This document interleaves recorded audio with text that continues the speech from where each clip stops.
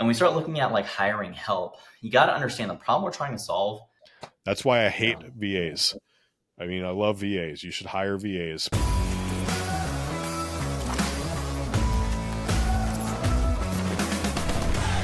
all right. Welcome back to Beyond the Pump, where today we're going to break down the idea and use cases for VAs, virtual assistants, but we're also going to give you some of those things that are maybe less talked about, some of the things to be aware of, and what to make sure you're paying attention to when it comes to hiring VAs, because it is not as simple as hire a person for $5-6 an hour and they get the job done, which is what a lot of people think. So, Andrew, how do you want to start this one off, buddy?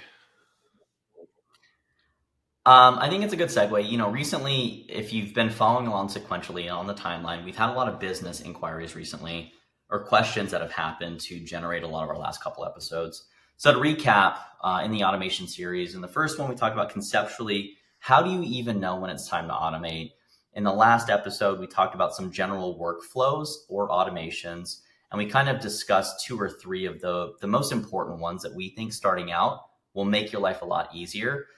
And we start looking at like hiring help, you got to understand the problem we're trying to solve when we're giving you this information. The problem we're trying to help you solve anyway is that you feel like you are absolutely drowning in your work. You either feel like you don't have enough hours in the day to do the admin stuff, you have silent screams into the podcast, you have you have to eat cold chicken and rice because you don't have time to scratch your ass between meetings, right? There's just so much in your face. And just a real quick caveat to that, like chances are you're just really not organized. You don't know what to organize until you get overwhelmed. And so those are the things that, as we're talking about automations, how to use SaaS or software as a service and or technology in the last couple was really the idea. Today, we're going to talk about a little bit, I think, of how humans can potentially help you and how you don't have to pay $350,000 for a chief technology officer just to send out a couple emails and help you figure out a couple odds and ends. There are people that can really be helpful for you. And I think that it warrants a conversation. Obviously, Steve has a very strong opinion on this, it sounds like. I've seen companies thrive with virtual assistants, right? Basically, right? Yeah, virtual assistants, which is usually a term we use to discuss people that are usually foreign nationals, people from different countries that provide some kind of service that are significantly cheaper than what you would find hiring a full-time employee amongst the states. So as we kind of navigate, he's just loading. I can see him loading up over there. He's stretching his neck. You can kind of tell he's like, fucking, all right, Andrew, come on, get done with the context. But that's really, again, at the end of the day, this is just another version of automation. You're now going to have to train someone, however, to potentially understand the workflow and the service the same way that you would have to diagram it out in the technology platform. Either way, you're going to train a robot, a program, or a person. We're just going to go in the people orientation for right now. So, Steve, what's your opinion on VAs, specifically the ones in West Africa? So the next 20 minutes is going to sound like I probably dislike VAs. I'd like to lead this off with I actually really think VAs in businesses can be an amazing way to go. Okay. You can pay somebody relatively inexpensive for what you would pay in US and similar countries in terms of wages and whatnot, very, very well for where they live, let's say Philippines, South America, things like that. And it is very much a win-win-win around. Somebody making $8 an hour in the Philippines, they are making a lot of money, like significant amount of money. $8 per hour to them is a lot of money. So What's the exchange rate? What was that? You're good. I'm just looking at the exchange rate. Yeah, I was gonna say, like, I think it's like 100 and something thousand or 10 something thousand, but when you on like a monthly basis, One Filipino, oh my gosh, one Filipino peso is 1 cent. yeah, That's crazy. that But bad. so somebody can get paid really well while you can save a lot of money and not have to hire very, call it, expensive help that eats away at your margins. Here is why I don't overly love VAs though. And the reason has to do with you hiring them because most times in this industry, we hire somebody, we tell them to go complete and create an outcome, and we suck at training them. We suck at leading them, we suck at giving feedback to them, and we just simply don't do a great job. So in turn, they end up not thriving. They end up losing their job, and the reality is it's on you. So thing number one is when you're hiring any VA, especially a VA, but any employee in general, it requires time and effort and energy and SOPs and things like that to make sure that it's actually working. When you hire any Mhm. person, 30 days minimum, you 100%. should be spending time with them, helping them get really good at their job, answering questions with them, for them, asking questions Mhm. of them, and also just being there generally to create the relationship that you need to succeed in that working relationship. And a lot of people aren't going to put that time because like you tend to wait till you're way overloaded. So you're going to hire somebody right now to solve the problem, hand it all off, shit tanks, you freak out, you fire them, and you take it all back. So first things first, if you're hiring a VA, you need to know you're going to put 30 days worth of work into making sure that they are at least good enough to not get fired in the next 60 days. Mhm. Now, Well, now the long-term work comes in. Daily huddles, weekly meetings, quarterly feedback loops in terms of performance. Are we hitting metrics? Are we doing the things that we need to do? And now you have to be a leader. The thing I find challenging for myself is the communication amongst different cultures can be a little bit harder. So when I type to a VA in Slack, my normal words, a lot of times it's like, oh, is this good? Is this bad or whatever? So I'll almost always get a question back clarifying, oh, what's going on? Now I've spent time with the VAs that I get to work with. We are on weekly meetings at this point in time. They know my personality, they understand what's going on. And I would say weekly meetings is probably 3 times a week at minimum. So they're comfortable enough to ask oh, what do you mean, Steve? Whereas when I first started working with some of them, that wasn't the case. And they would just kind of mhm. internalize it. So that communication piece is a little bit more of a struggle because of a cultural difference. But thing number one to be careful of is you have to train anybody you hire, but expect because of language and culture differences a little bit extra when it comes to a VA. And on top of it, you never spend time in person. There's somebody who has a 12-hour time difference across the other side of the world that you're always talking to through a computer screen and through messaging apps. It's going to take some time and a little effort and a little energy there. So, thing number one is just know that like typically business owners do not take enough time to train their VAs.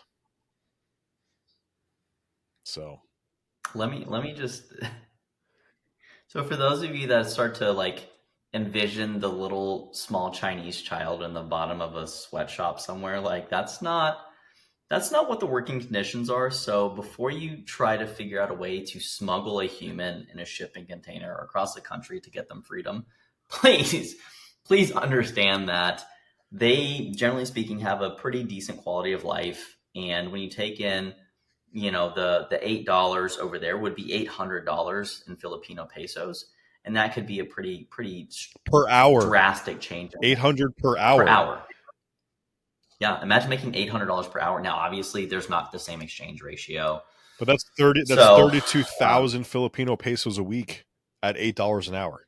yeah, imagine that. And I'm fairly certain, like, lunch and dinner and stuff like that are still probably like 15, 20 pesos, right? Comparably. And so I don't know. So maybe we can get someone. Hey, if you're from the Philippines or you've ever worked with someone or you've ever traveled there, if you could just comment in the YouTube channel how like what a traditional meal will cost in US dollars over there, that'd be great. So we're actually going to need you to comment that. And if you don't, you're kind of a terrible human because you're going to get someone shipped in a shipping container because they think that, Jesus. again, they're in a sweatshop somewhere. So do your civic duty, okay? Just fucking comment.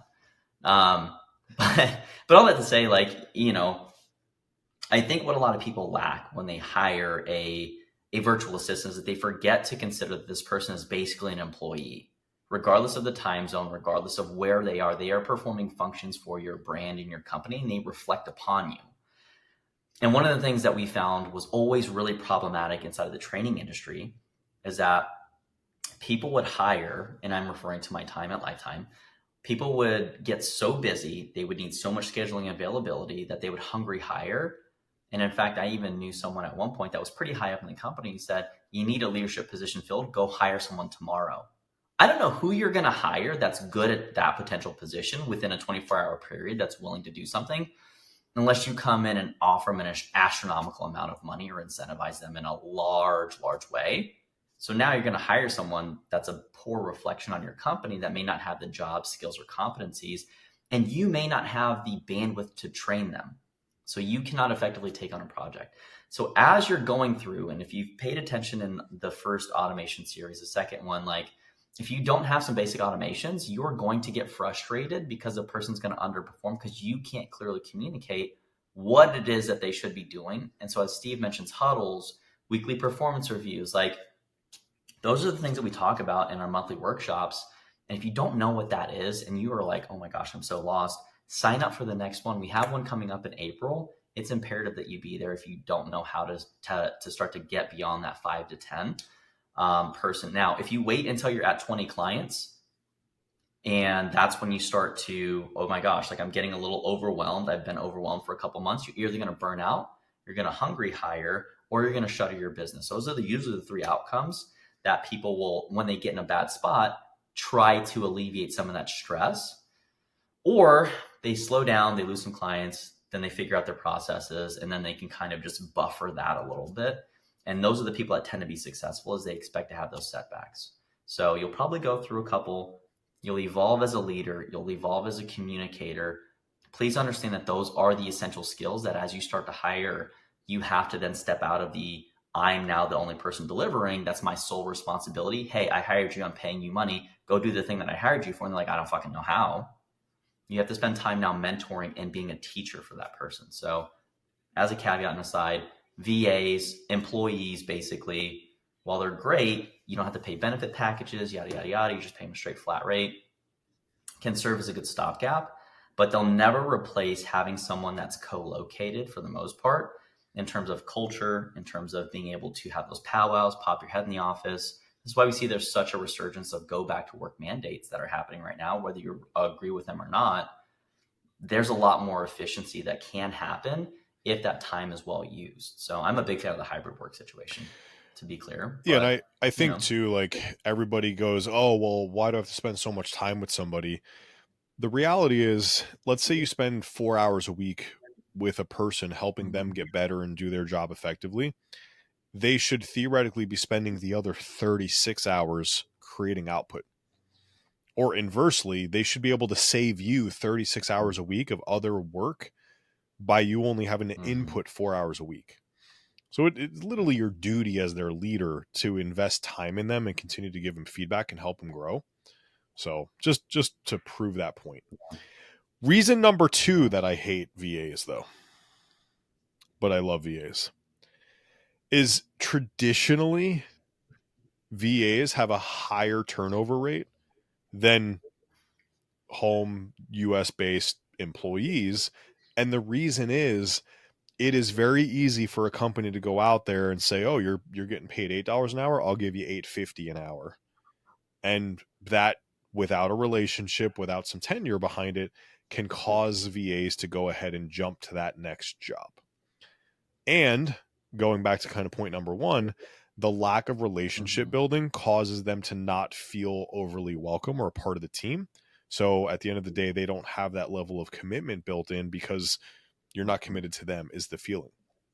Now, the negative there is you're going to have to spend that 30 days investing somebody and training them multiple times in a year if you don't do a good job getting them truly on board, because it is very easy for a VA to go, oh, I'm going to go find this new job, because it's not like we're competing at $100,000 to 130 to 150,000 US dollars in terms of jobs where a skill set pays within a band. US companies, 8 or 9 or $10, not really the end of the world. And that is a pretty solid swing in terms of income for somebody, again, using Philippines as the example. And there's a website, onlinejobs.ph, like that's a great one. Get a lot of skill sets there. And Filipinos tend to be very creative with their work, which is also just like, all right, this group of people, they can be good at social media. They can be good at all these things, but you have to make sure you create the relationship. Otherwise, it is going to be a higher turnover rate than your typical employee in your company. And that's going to cause some pain there. Mm-hmm. Yeah, I mean, they're basically just guns for hire if you think about the fact that they're going to chase. I'm not saying that they're going to chase the dollar, but you got to understand the law of economics here. If there's nothing beyond the paycheck that keeps someone with you, then, what reason you really can't be mad when they're like, hey, I got an extra, what is that, an extra 400 pesos per hour. You're like, fuck, someone's going to give you $400 an hour raise. Yeah, you're going to take that shit. It just makes sense. And so you want to hedge against that risk a little bit by being a good leader. And you got to understand too that when you train people, and this is something that you should make very clear from the beginning and reinforce intermittently, is that when you train them, you're making them more valuable. And that's another unspoken part of a compensation package, is that you're helping someone gain competency in a skill set, which they can then turn around and use and leverage somewhere else. So the question you have to ask yourself is like, are you making someone more valuable? Because there's always a two-way exchange. If you just make it transactional about the dollar, you're going to lose culture every time. But if you actually add the humanizing element of like, hey, I actually care about you. I want you to be better for whatever comes next. I think that's a really empowering perspective to help people feel like you actually do care about them. Now, the question becomes like exactly what Steve said, you're going to turnover is crazy, right? So when you think about the nature of how do you, well, I don't have that kind of time. I'm giving up 4 hours. People will look at the 4 hours and forget about the 36 that they gain on the other end. But there's also the idea here that if you spend 4 hours a week for a month, you've given up 32 hours. You've almost given up a full work week. But beyond that, if they take that and they run with that for a significant period of time, let's say they do that for 6 months, right? You've bought back 6 months of whatever 36 is. Was it 180, 4 hours a hours week of your for a time back? month is 16, not 36. Yeah. Well, you get it, Aren't you supposed to be good at right? math? Dude, I'm so carb depleted right now. Yeah, so pardon my math. Thank you, Steve. That's why there's two of us. But you start looking at how much time you get back per week, and what the fuck did I say 32? Jesus Christ. Anyways, spend the time with people rather than skimping out on them and doing a 30-minute once a week touch base. If you do the 30 minutes once a week, that person will probably be gone in 2 to 4 months. If you spend more time with that person and make sure they feel comfortable with the tasks and they can give you good feedback on what's happening and what's not, they might stay for a year. They might stay for 2 years, right? So that's where investing a little time up front with a client, with a VA, with an employee, it's going to pay huge dividends on the back end for longevity and retention of team members. So something to keep in mind. Yeah, do not skip 52 meetings with your employee. It's just bad. It's 54. It's just bad. Yeah, it doesn't look great. It doesn't make people feel great either. And I think if people feel useful, they'll feel like they want to engage. And that's really your job, is to help people feel useful inside of the cog that is your brand or machine. The money's cool, but people's sense of fulfillment and like self-efficacy really matters if you want to get in the psychological roots of it. So how do you set people up to feel like they're winning? That's your whole job as a leader more than anything. Outside of being a business owner, which is to manage the profitability of the company. So like profitability, winning, merge those two, very successful brand probably for the most part. Unless you're just shitty at service. The last thing I'll throw out there, and the third reason why I hate hiring VAs, is once you hire them, once you train them, and when they're doing their job, you do need to then check their work on the other side still. And ultimately, the reason is they're not accustomed to speaking English. They're not accustomed to the culture. They're not accustomed to the things that are potentially happening on a frequent basis. So when you have them, especially if they're engaging on any way with like audience or with clients, you just want to make sure that things are being done correctly, that there's not really any major spelling errors, or the makeup of the sentence that's being sent is in fact the way that you want it to be. And I've seen too many times where a VA gets in trouble. Meanwhile, I'm like, the business owner, they ignored him, and I'm like, that's not the VA's fault. And that's just it all comes back, like these three things and the reasons why it comes back to the manager or the owner of the business just not wanting to put the work in, and they think hiring a human means I never have to touch it again and worry about it. The reality is they're getting the work done, but you still have to put checks and balances in. If you're not going to train them, you're not going to support them, you're not going to give them feedback, you're not going to continue to elevate them, you're not going to check their work when they need to. And this isn't micromanaging checking. This is just making sure that somebody understands the message is hitting the way you want it to hit. That's what needs to happen. And far too often that doesn't happen. And that is not the fault of the VA. Okay. Hire somebody from South America or somewhere from South Africa or from Philippines or wherever, and expect them to be perfect and caught up on the day to day of what's happening in the United States of America is very unrealistic. And that's the issue that I oftentimes see. So again, I actually love VAs for the managers and the business owners that are willing to put in the work to make it work, because you can get way more production out and you can have great employees, great team members, great people to show up and work with and for every day. But if you're not going to put that work in, it's just going to put you into this ever revolving cycle of hiring and firing and chaos, and it's just not going to help you. So that's why I hate VAs. I mean, I love VAs. You should hire VAs, but I hate business owners that can't manage and know how to handle VAs. So read between the lines as you wish. You suck, is what I'm trying to say, business owner. So, yeah, I mean, and again, I think that a lot of people assume that as business grows, they're going to be great at managing people and they're going to be great at leading people. And, at the end of the day, it is a very different job skill set that, you're going to have to evolve and adapt towards. It's going to be very frustrating if you don't go in with a learner's mentality and you think, man, I got this thing on lock and I'm going to be such a great leader and a great man. Like you probably got no idea. If you never managed a schedule of like a bunch of bartenders and bar backs and servers, like that's basically what this is going to feel like, is hurting a bunch of fucking cats and people that are probably partially on drugs.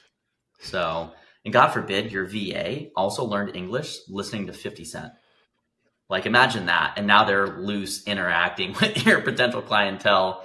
And so you just get a lot of different things that require a little bit of quality control and oversight. And again, I think that if you keep that in mind and you understand that they're doing the best that they can, it's a reflection of your ability to effectively teach them more than anything.